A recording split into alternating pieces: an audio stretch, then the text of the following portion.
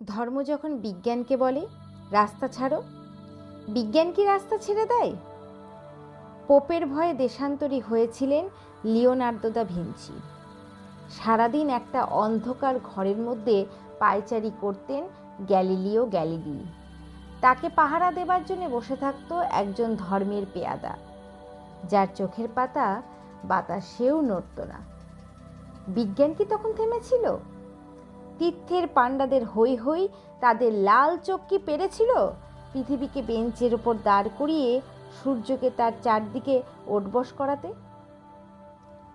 ধর্ম যতদিন দুঃখী মানুষকে বেঁচে থাকার সাহস দেয়, ততদিন রাস্তা নিয়ে কারোর সঙ্গে তার ঝগড়া থাকে না। রাস্তা কারও একার নয়, বরং তাকেই একদিন রাস্তা ছাড়তে হয় যার স্পর্ধা আকাশ ছুঁয়ে যায়।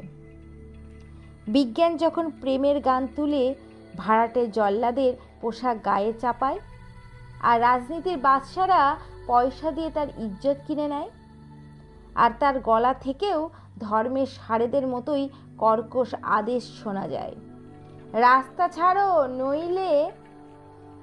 পৃথিবীর কালো সাদা হলুদ মানুষের গান, তাদের স্বপ্ন এক মুহূর্ত সেই চিৎকার শুনে থমকে তাকায়। তারপর যার যেদিকে রাস্তা, সেদিকে মুখ করেই তারা সামনে, আরও সামনের দিকে এগিয়ে যায়। কেউ কারোকে রাস্তা ছেড়ে দেয় না। যতদিন এই পৃথিবীতে গান থাকে, গানের মানুষ থাকে, স্বপ্ন থাকে।